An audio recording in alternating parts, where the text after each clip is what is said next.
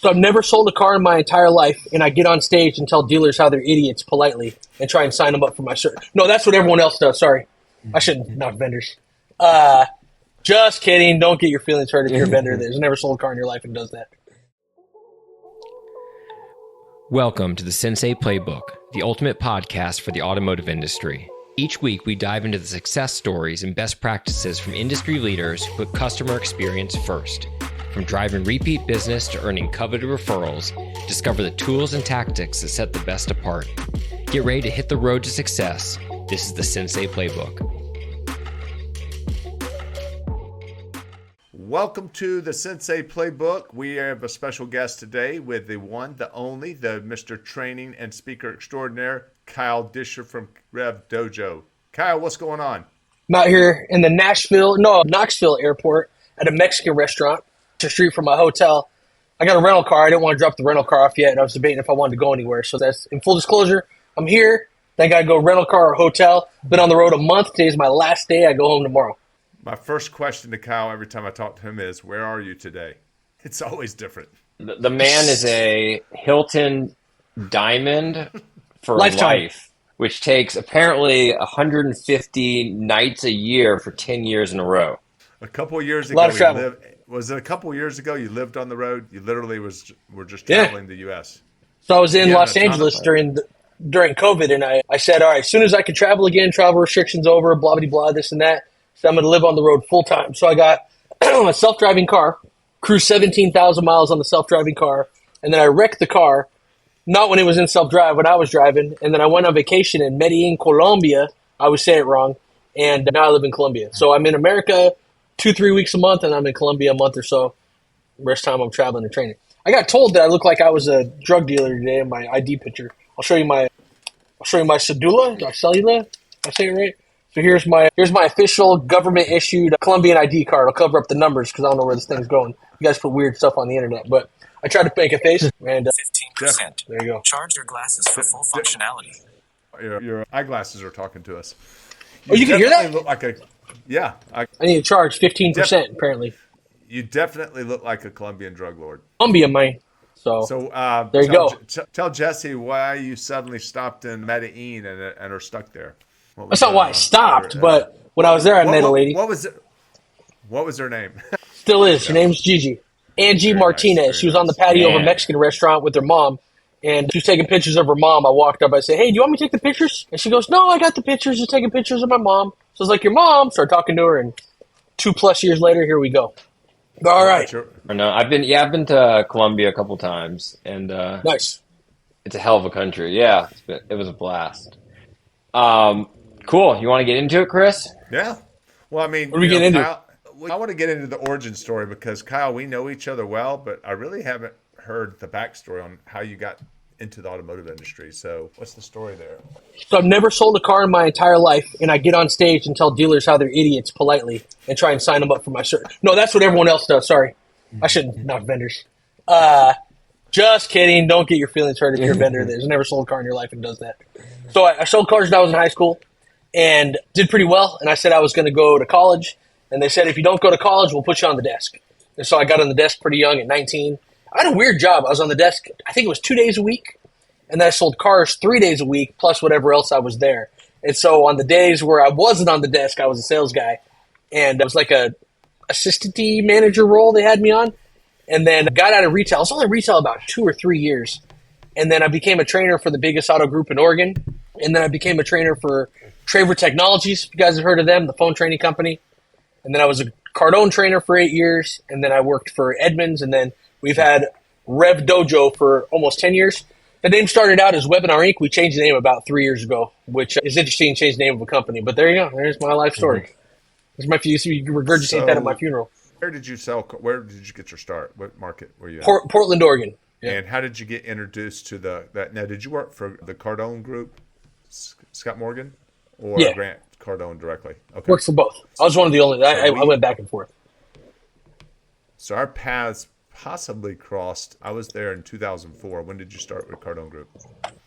2005. So right after me. Okay. I was wondering why there was a statue of you in the lobby. Now it makes sense. I think there's a little bit of delay. I'm on a hotspot from my Mexican restaurant. Just full disclosure. If we talk over each other, this is why. It's because it's powered by us right now.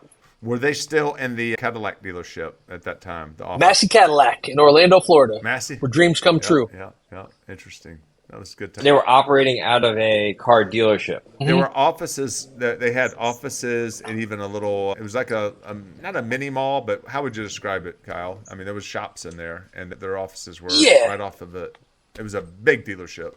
Bad fluorescent lighting, showroom. Cadillac store, older than our parents, but it was good. It worked out. It was like the nicest dealership that was ever built in like 1951, and it had that feel too. There's a bunch of other. There was tire shops, and it was big. It's like a warehouse. It was a huge indoor showroom. I mean, that showroom could hold like 50, 60 cars, right? Yeah. So giant. I mean, it was an indoor showroom. Yeah. Made shopping in Florida quite nice out of the heat. Yeah, it was a good place. Cool. I did my research on you. I watched an interview. I read all about you, and I think one of the most incredible things I heard you say was that you do more than 3,000 mystery shoppers a month. Is that a month? That's Is that true. right? Yeah, more. I don't know how many. We do a lot. Holy crap, man. How did that come to be? Like, that's just an insane number. It's a lot. When I worked for Traver, shout out to them. They're not around anymore. They got bought by CDK, 20 years ago, however long, because I'm getting old. They used to mail a cassette tape to the dealership, and the dealer would just play a cassette tape. And it was always so impactful that, hey, here's a call. Let's play this tape. Bloop. And they literally would mail a tape out every week. And so that's where I first really started seeing mystery shops. And then when we started our own deal 10 years ago, we would do training, and then dealers were like, it's good, but can you check up on this to make sure it's working? And that's where the mystery shops were born. So now we do internet shops, phone shops. We do a little bit of in-person shopping, not a ton, and mostly phone and internet, but we're one of the number one providers in the United States for internet and phone shops. Why should every car dealer be doing mystery shops for their store? What's the primary benefit? So you can look in the CRM, and you can see what your response times are and all that stuff usually. The coolest thing about a mystery shop is it's just one snippet in time, and here's our internet shop. It's one snippet in time, and here's our phone shop. And we do competitive shops too usually, where we pair up with competitors. And when you get that snippet in time, one shop, one opportunity, and you take that into the sales meeting every single week, it's like, hey guys, it's just game film. We're going to listen to the call. We're going to take a look at what happened with the internet, and we're just going to see what goes on. It just does something special where everybody's game gets raised. How often do people catch on to the fact that it might be a mystery shopper when they are out of 3,000? If the dealership gets 800 leads a month, as soon as we start mystery shopping, all 800 are mystery shops. They get wildly paranoid, but we take a lot of steps to make sure that we don't get caught. So it's scary. I have a spoof thing. I could call you from your significant other's cell phone number, because I can spoof phone numbers, so it's crazy. So we do. I can call you from the White House. I can call from any number on Earth. And so we spoof the number for the inbound sales call. And then for the internet call, I got that plug-in where if I go thumbs up, it goes thumbs up. You guys see that? Look at that. Yeah, what the hell? I got to figure that it was an accident. out. So, where do I get that? If I go thumbs down, I think it does rain. There you go. This still hearts. Oh, yeah. You got it. You got it, too. I think it's a Zoom plug-in. It's either that or it's a Mac thing. I don't know. You We're on not- Mac? Yeah. We're not on Zoom. We're on Squadcast. I think it was a plug-in that Zoom gave me, but it could be Mac. I don't know. I don't know either. I'm jealous. What was it saying about that? Oh, and then we buy a fresh phone number every single week for the internet shops, a fresh email, and we do a good job at creating alias. So that's where we don't get caught. It's because literally it's a new lead every single time. We have dealers sometimes who are like, why should I use you when I could have my marketing department shop it? Your marketing department does not have the ability to do a fresh phone number every single week, a fresh email, to keep all the data pure and organized. Your marketing company doesn't put it on a portal so you can track your results. There's just so much nuance in it that people don't think about that by the time they look at it, it's actually less expensive to do it through us and a lot less brain damage. Does the GM tell you who to mystery shop, or do you just pick? How do you decide who gets the mystery shopper? So if we call up and ask for somebody, it changes the dynamic, so we can't really do that because it'd be like if somebody calls and like, hey, can I have Jim? And then Jim answered, you were asking for me? Well, how did you hear about me? That would break it. So we just ask for sales.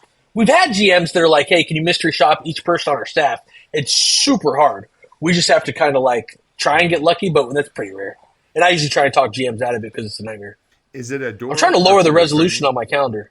Well, yeah, it's a good thing for training. Most of our deals start with, hey, can you mystery shop me and see how we do? And then after that, we pivot to the training stuff. When that company was sending out the cassette tapes, that was an early lead magnet. I mean, think about it. Yeah. That's so cool. Oh. They would land deals based on that. Oh, yeah. And most of the deals, when I was in the store doing the training, or when the cassette tape got mailed, they were paying customers to Traver. But no, I think they did it for prospecting too. Back in the day. Awesome. So you've been in this game for a while, for a hot minute here. I guess what are some of the biggest changes you've seen in the past few years? I guess coming out of COVID, since we were in COVID.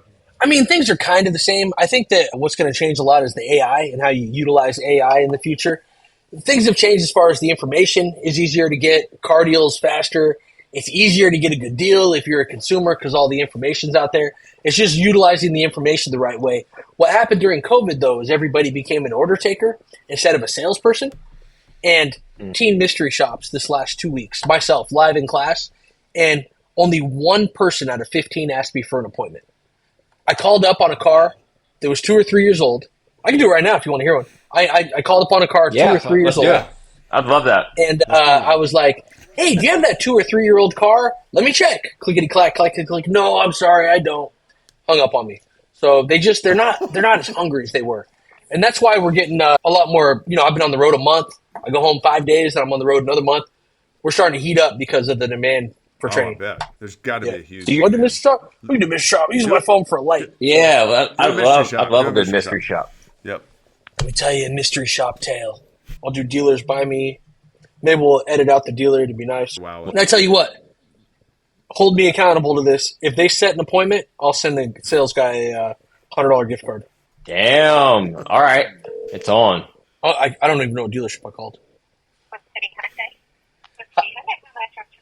Hi, can I have a salesperson, please?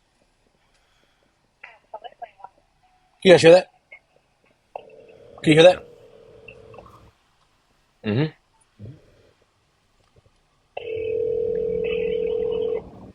It's raining.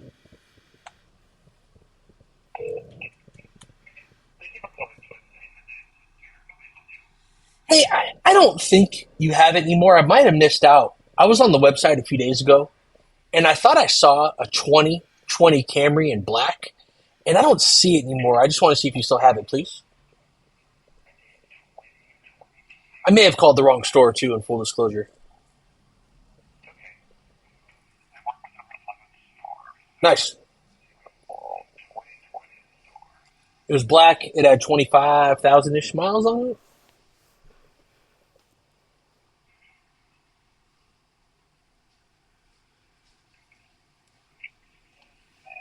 So he's not a salesperson, he's an order taker. No offense to him, sounds like a nice guy. 2020 Camry in black, what a great choice. You definitely called the right place. Let me do this. I'm going to check on that black one. While I'm checking on that black one, I could also check another vehicle's light. He just told me no. All right, man, thank you so much. I really appreciate the information.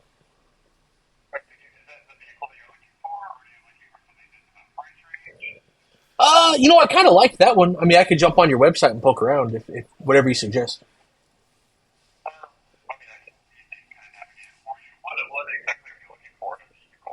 I was looking for, this one was only listed at like $15,000 or $16,000. It was super cheap. And, just something cheap, low miles. So, he's saving it at the end because I'm being so friggin' easy. Under 50,000 preferred. But he should have did this at the start of the call. So, he was about to lose me, and then I gave him another shot. Yeah, I heard that. So right now he's looking for cars. He's doing better than most, you believe it or not. Most people just would have hung up. Yeah, I was. He hasn't asked. He's still looking. Yeah, he hasn't asked your name. So he's trying to sell a car and trying to sell an appointment. Nice. Oh, cool. Yeah, the Elantra is a little smaller, but that one might work. I mean, I could give it to her and see what she says. I can show it to her. Sweet. Nice. Awesome.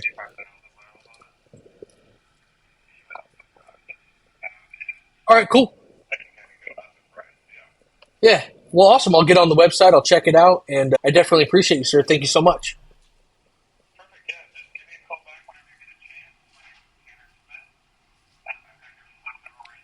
Yep. Yes, sir. Sounds great. Thank you so much. I really appreciate it. Bye. So, out of all the shops I've done the last couple of weeks, he probably did the best job. But did he ask me to come in? Get your name. Even though I was a little hesitant. No. He didn't ask my name, say I call ID. Didn't have the email. Nope. Didn't ask what I was driving now. And the problem with that call, the biggest problem is he told me no at the start of the call. He didn't have a call guide in front of him, and he was trying to sell a vehicle instead of trying to sell the appointment. Does anybody lay in bed like this? Mm-hmm. Someday I'm going to get a 5-year-old Camry. That was the call. You know? So he was leaning too hard into the selling the car. But, he's a nice enough guy. Probably one of the best jobs I've seen. He just... Really? That was one of the best jobs you've seen? That was easily... You were an easy customer, man. You were a laydown. Yes. Yeah. Could have been easier. And that's what we get. So. You got to get the contact information. I mean, it's like, that's sales 101. You got to get the information. You just left the opportunity on the table. Wow. Yeah, ask for the appointment. I've seen you preach that over and over again. Can you see why that's your sort of go-to CTA? It's the easiest way to sell a car.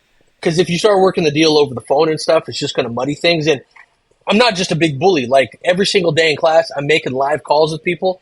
If I got 100 people in front of me, 5 people in front of me, I'm like, all right, let me take all the inbound calls that come into the dealership and let me work all the internet leads live in front of you guys, which is a little something different too. And the room knows they're supposed to set an appointment. If that guy was in a class right now, he'd be going, oh, what a moron. It's funny. In class, everyone's a genius. As soon as people leave class, they forgot what to do. He knows he's supposed to set the appointment. So I can say anything I want to get the person in as long as I don't lie. That's our rule. And we make sure that when we work with dealers, they all got call guides in front of them, and it really does make a big difference. So I guess the biggest changes that you have seen in the past few years, you would say people are having to sell again? Is that basically the bottom line? Yep. Yeah. People are having to sell again, and you got people that were making huge money. And now they're not making the big money anymore in the sales team world. So that's starting to change the dynamic a little bit too. They're already saying, remember when? And the money's out there. You just got to work for it again. It's just not given to you anymore. Anybody could have sold a car in the middle of COVID. Kyle, you see some of the best in the game. Like, what are some of the best salesmen? What are some of the habits, characteristics? Like, what are the best in the game doing differently? Here's the hack to be the top salesperson at any dealership in the United States. Set a lot of appointments. Never hang up the phone with asking for an appointment. Make a ton of calls. Do a bunch of videos. Send a bunch of text messages. If you're lucky, you could get lightning in a bottle and become social media famous, but that's hard. You get enough leads at the dealership. Work the service department. So prospect a lot.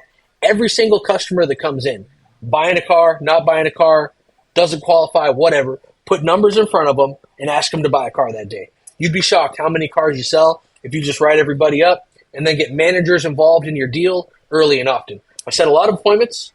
I put everybody on paper, and I get my manager involved in every single deal early. I'm going to sell a lot of cars. Impossible to fail. So just consistency and good habits. All right. It seems easier than it is, though. If you're basically encountering nobody that's asking for an appointment out of all the people you talk to, that's... They just don't think about it. Now, the stores that, but if they have a call guide in front of them, they'll set an appointment. But they just don't do it. It's weird. How do you think that sales teams can follow up with people without being too pushy? Like, where's that sort of line? So I'll give you an example, a real story I got the video of this. I was live in class, and out of desperation, I had a room full of sales managers from me. This wasn't an old story. This is from last week. I called a customer. She said, I'm not interested. She hung up on me. Called her again. She didn't answer. I got another cell phone, called her again. I called her 5 times in 1 minute. Real story. I got her on the phone. Hey, thank you so much for taking my call. I'm not sure what was wrong with the phone earlier. This is Kyle from the dealership. I got the car that you want. I don't think I'm interested. I hear you. That's okay. I just want to call and say hello. Let you know how much I appreciate you going online and picking out a car. What are you driving now? Oh, I got a minivan. I'd love to buy your van. We chat for a minute. She sets an appointment. She comes to the dealership.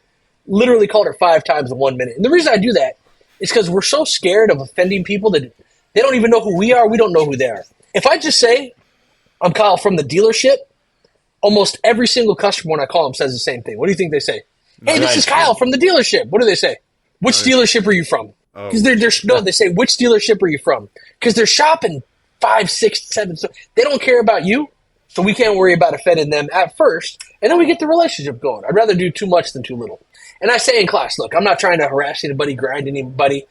But if I could call 5 times in 1 minute, you guys call 3 times in 1 day. And your attitude and your fine line. positivity means a lot too. So if I heard that correctly, Jesse, there is no fine line.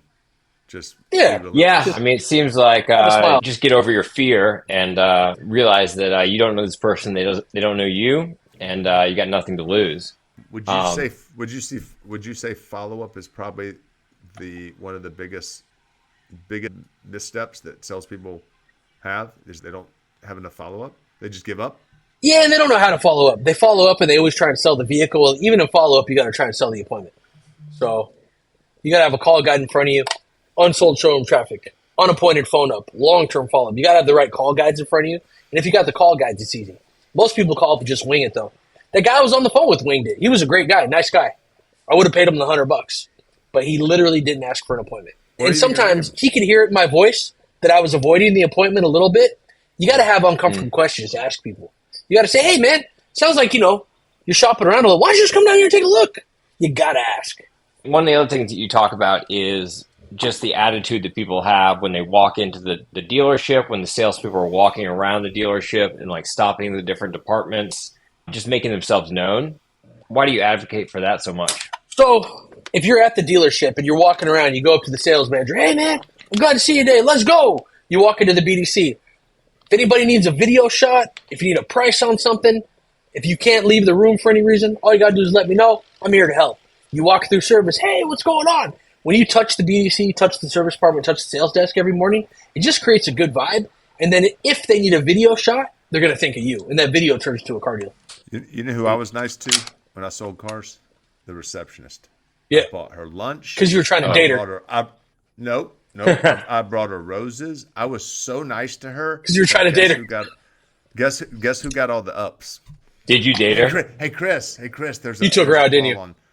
No, I mean, we were supposed to do a round robin, but guess who was getting the leads? I'm telling you. Sounds like you. Funnel leads. No, she was young.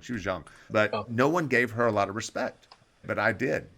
Nice. I really did. So, she fed me a lot of phone leads, and we were supposed to be doing round robin. Nice. Craziest story Hey, boy. about a dealership. What happened at, tell me any crazy stories. I got a lot. One sticks out when I think of just crazy story, though. And by the way, I did no prep. These guys gave me a list of questions to read. I was like, man, it's fine. I'm at a Mexican restaurant, so no offense. I was just on the road busy. So I was doing a hiring event, and we had about 100 people upstairs in this conference room. Dealer had a big conference room.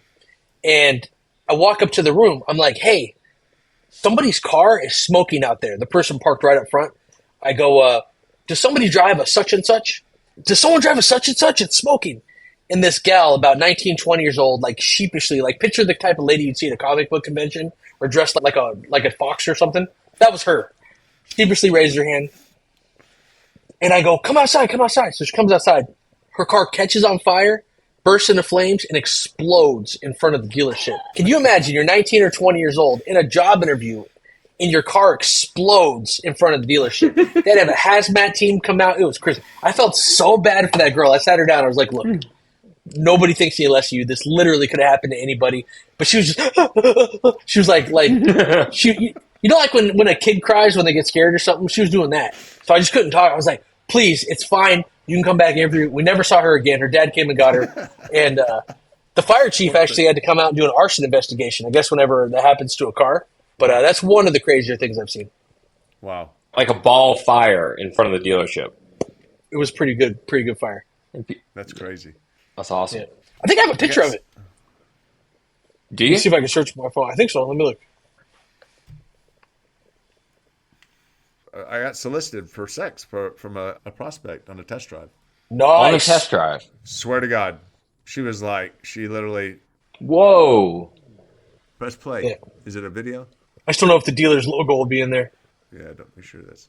But yeah, it was big. I can blur it out. I'll blur out the logo. All right. I don't know if they even care, but here, let me pull it up again.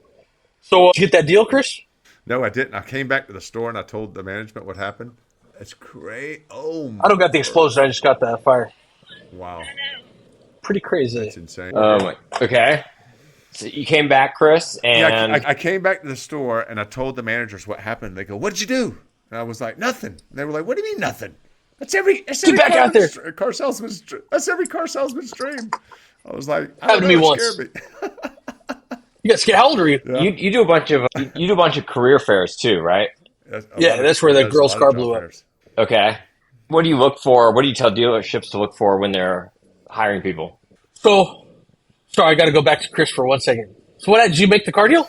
So you didn't make everything. Nothing happened. No car deal. No nothing. All right, that's fine. You could have gotten the deal. Maybe because I didn't, Yeah. Exactly. Anyway. Yeah.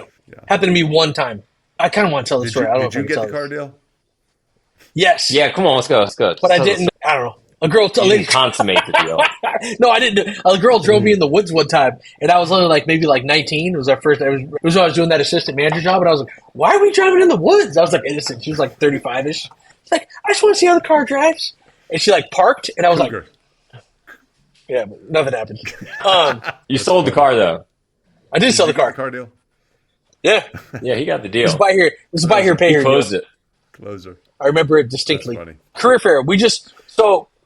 I tell people not to overthink. When we do career fairs, we get 100 to 300 people to show up at once, and then we just do a big group job interview. I have the potential salespeople talk about themselves, and all I tell managers is just look for the type of person that you want to interview. So we take a room of 100, we turn it into a room of 20, and then they do traditional one-on-one job interviews because they way overthink everything. You can't tell what somebody is or who they are really a lot of times just by their resume. How do you get that many people to a store, Kyle?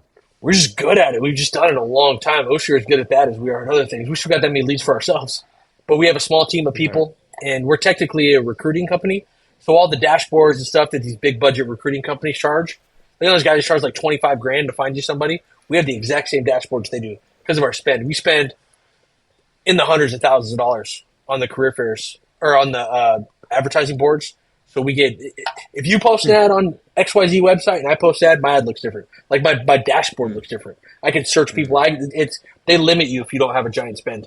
Going back to AI, I'm curious how you think that is going to be how that's going to change the auto industry. I think it's going to be rough. I think the BDCs might be going away to where the AI does a lot of the BDC stuff, and I think you're going to have to ask or talk to a human. Some of the AI companies I work with told me in a year, you're going to be able to have indistinguishable conversations between AI and a person. You're not going to be able to tell. You're going to have to say, are you a robot? I want to talk to a human. It's going to be cray-cray. And then, the robots are going to tell them crazy stuff, and let's get it worked out. But I mean, I'm seeing some AI implementations where the entire basically outbound motion for a B2B, mostly SaaS companies, is being completely automated. Yeah. So they may have an account executive that's the human there, but 90% of the outreach is being done by AI. It's replacing a lot of jobs. True. Let's talk customer experience for a moment. What are some of your most successful dealers, Kyle, doing to ensure a consistent process for delighting the customer during the delivery to bring them back and to generate more referrals from those guys? What are they doing? Reputation Sensei. That's what they're doing. Yeah, you got to ask for it. You got to make sure they have a good experience. The people that leave reviews without a lot of pushing are always the people that are unhappy. It's easy to get a bad review. If somebody's happy, you just got to make sure you're asking for it. And sales managers asking on behalf of salespeople sometimes take the awkwardness away. It's kind of like the hottest girl on earth could be in the room, right? And I'd be like, man, I want to go talk to that girl. And I might be a little nervous. I might be like, I'm not sure. But if Chris was like, hey, go tell the hottest girl in the world that I like her. Well, sure, I'll walk over and tell it for Chris.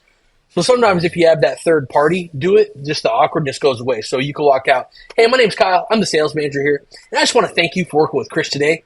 It means so much that you bought your car from Chris, and we're always going to be here for you. Chris is a great guy, has tons of product knowledge, and I just want to say thank you again. I know you had a great experience today. Yeah, Chris was great. I loved working with Chris. Would you do me a huge favor? Chris is so shy. He never asks this stuff. Would you write Chris a review? Chris is scared to ask. I had to ask for him. If you get the sales manager to do it for the salesperson, sometimes you'll pick up some extra love. Because it's easy to do it on behalf of somebody else. Sometimes it's harder to do it for yourself. So make sure they have a good experience. Have managers ask. Insight. Makes a big difference. Yeah. What do you think about that, Chris? Because we normally talk to the salespeople about being the ones to do it. But I think that's genius. And it's helpful because I'm writing the management course for our LMS right now. So I just made some notes. Yeah, that's good. Boom. Mental notes. Boom. Yep. You got any other pointers for getting people to do video testimonials over a written? Yeah, make it fun. So, and then maybe have examples of other ones that have been done. Hey, can I show you this real quick? If you don't mind.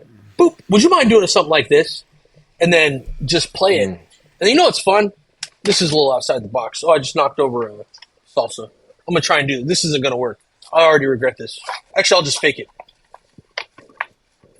This happens to be on the table because I had it in my bag. I got this drone now that does video, and I do walkarounds on the drone. And it does full video. It has AI in it where it edits out the it all gets edited out. So this thing, you go, hey, you want to see something cool? Show the person, just start flying the drone with the customer and do walk around with the car and go, hey, while I got the drone in the air, would you mind telling us what you think? La, la, la. I did a walk around today on a car. You want to see?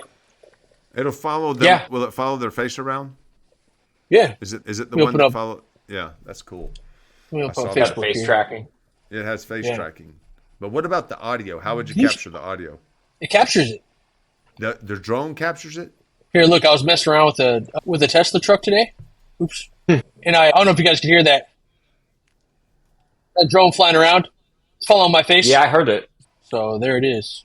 Cybertruck is junk. But yeah, what do you think about the Cybertruck? I was going to ask you. We can't hear the video. It was cool. It was neat in person. Did you guys see it? Yeah, Or you just couldn't hear it? Yeah, But you can see the little drone flying around, right? That's right. Lower right. I don't say anything. Like, hit the volume. No, I don't know. It's playing in my ears. It's the Zoom software. But it I know follows it's not you Zoom. around. It follows you around. And follows. You're telling me Yeah, it follows it. Okay. Yeah. And the audio is pretty good. So just some fun stuff like that. Good. I like that. Did you drive the Cybertruck? They told me I could. I didn't want to. That's got to be the probably ugliest. should've. It's so ugly. I just don't. I'm torn. I don't get it. I mean, When you see granted, it, it looks a lot better in person, like you. I've seen it in compliment. person. I've seen it in person. In 10 years, it'll probably be the norm. I'll probably be like, "Oh yeah, that's cool." But right now, it just looks like a big box. A big. In person, it looks better. It looks cool in person. Way better. I've seen them on the road, man. Up close. I kind of like them. It's kind of like Jesse's a Tesla guy. I do. Have wish a I would've Tesla. bought one, I can't dude. deny it. I thought you had a self-driving car.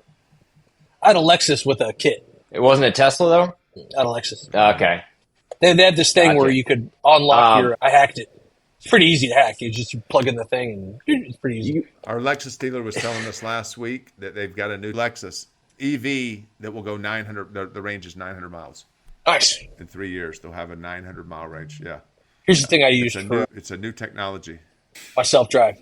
So you can install it yourself, and then you just plug it into the OBD2DBD thing sensor, and then it literally just drives itself. This is what I used to drive around. Really? I've never seen this, and I'm crazy about new tech. You met your match today. How much does that thing run? $2,000. And it's full self-driving. Well, it doesn't stop at a light and take a hard right turn. It piggybacks it's like the world's greatest cruise control.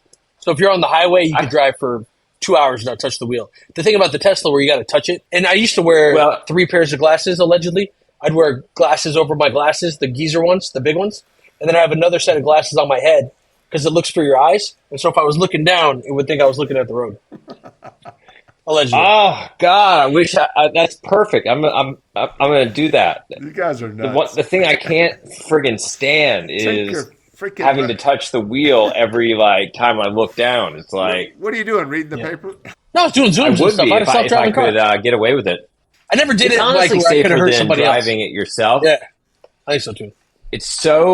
It turns so friggin' so slowly though. It's unbelievable.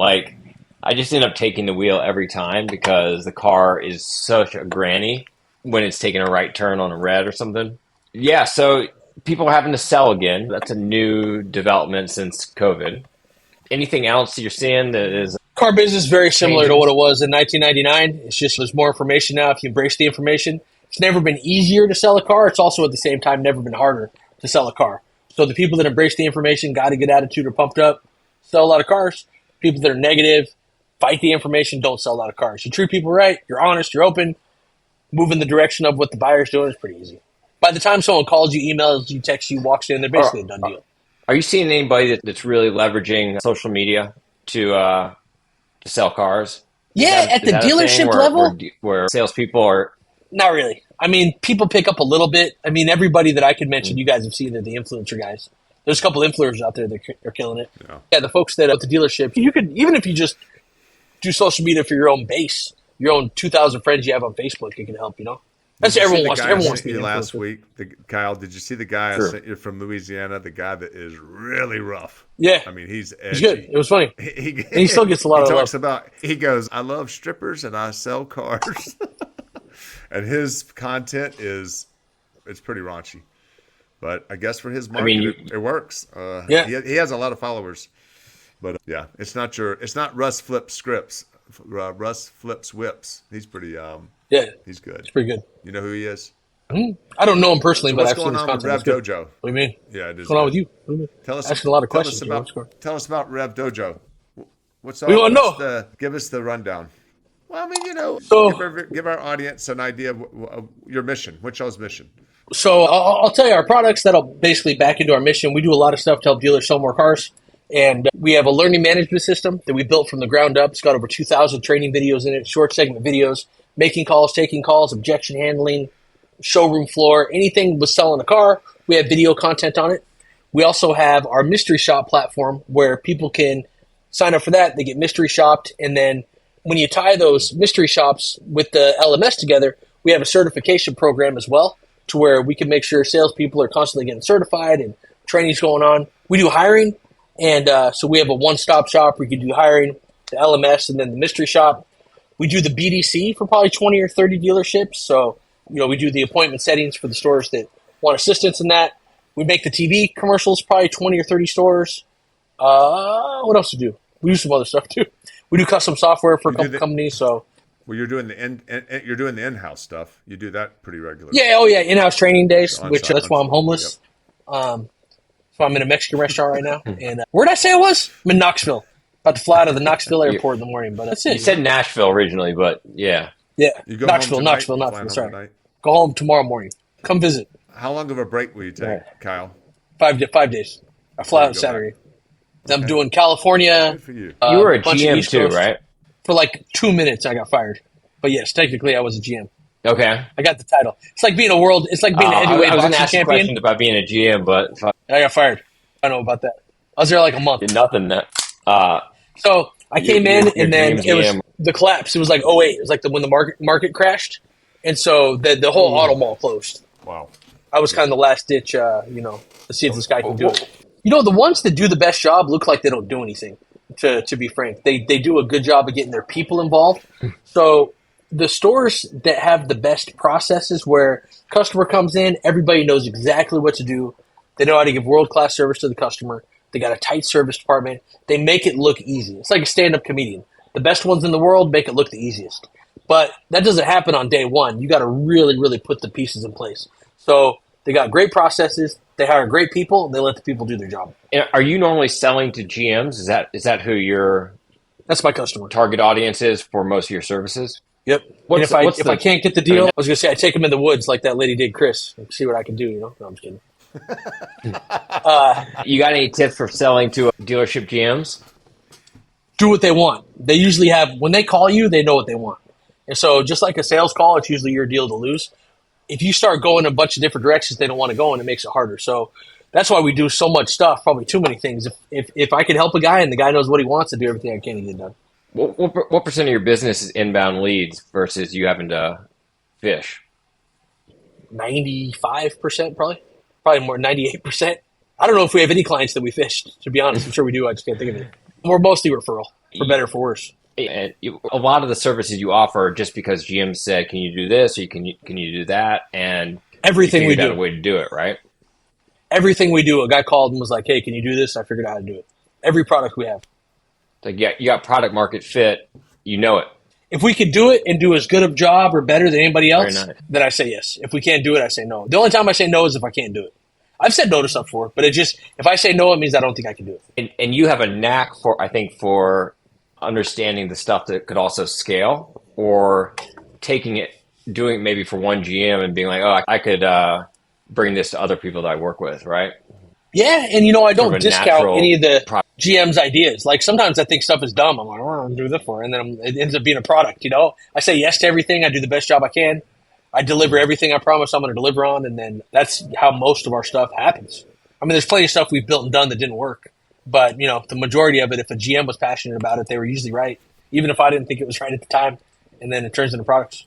Well, we're coming up on the hour. I know you've got to get Goodbye. moving too. See you but, later. I think you have I'm a sure client. Chris That and looks I like a each have massage parlor behind you. Are you doing massages? What is that? Yeah, acupuncturist? That looks like a massage studio. Yeah, it I is. feel like I'm going to get a rub down or something. Doesn't it look like a It's, massage studio? it's my basement. Nice.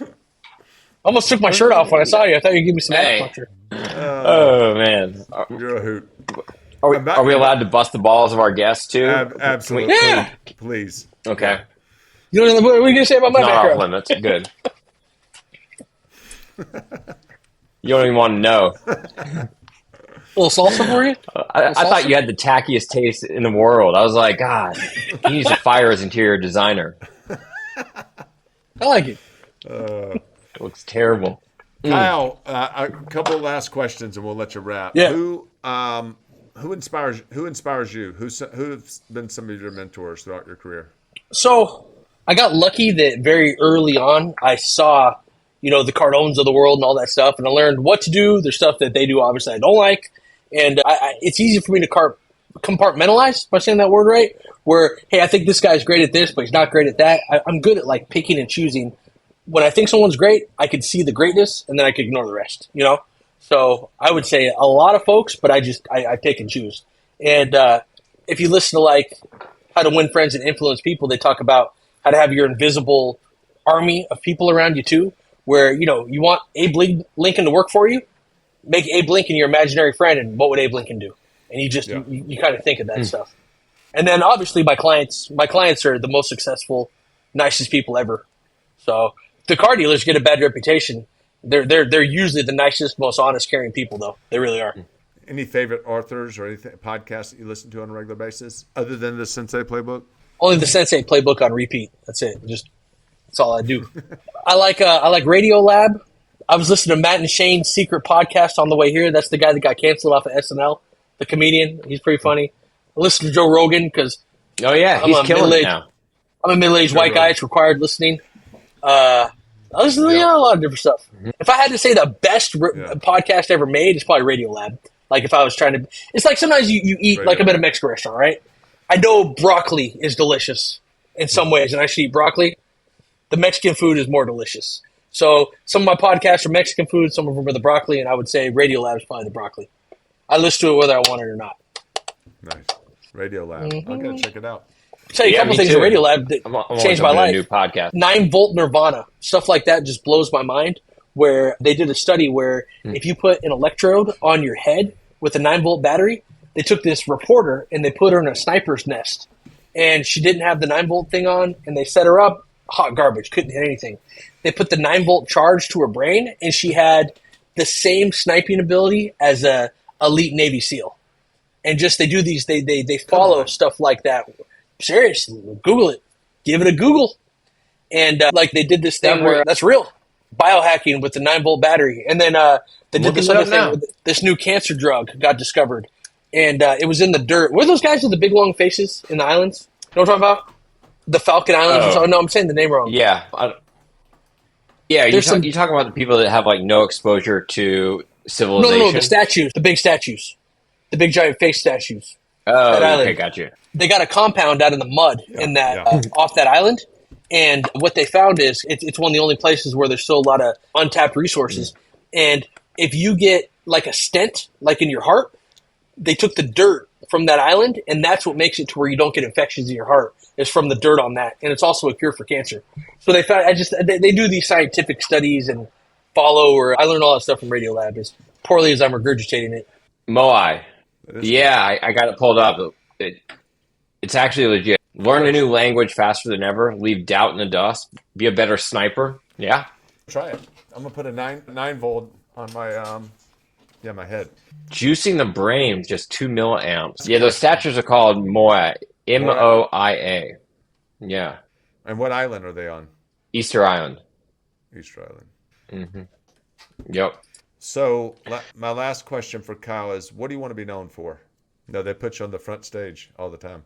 Yeah. You have to do podcast interviews from a Mexican restaurant. And I love your learning management system. I mean, Jesse and I were checking it out. The amount of content that you have on there is just phenomenal and extremely valuable for anyone looking to really refine and further their skill sets with their people. And right now, your business should be exploding because I think a lot of dealers need that, quite frankly. That's what we're hearing anyway. Yeah.